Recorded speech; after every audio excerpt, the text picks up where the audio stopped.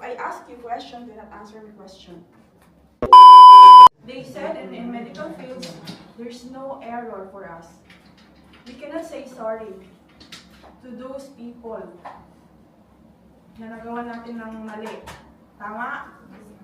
See that you have all the knowledge. Right? Hindi nila sasabihin, mag-deliver lang ako. Diba? Because you will do all the dirty jobs. Our job is not easy, I told you before. Okay? So your attitude, we need to fix it in here, in this room. Okay? Because no one working in the medical fields na nakalugay ang buhok. Maglilinis ka na, nasayad yung buhok mo doon sa pwet ni Baba, di ba? Decided to go in this medical field, you already know what your job to be, right? Handling lives, handling people.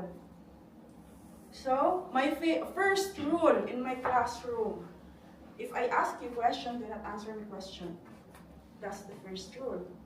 Because when you are already in medical fields, if your patient asks you question, Miss, how much my BP or what is my pulse rate?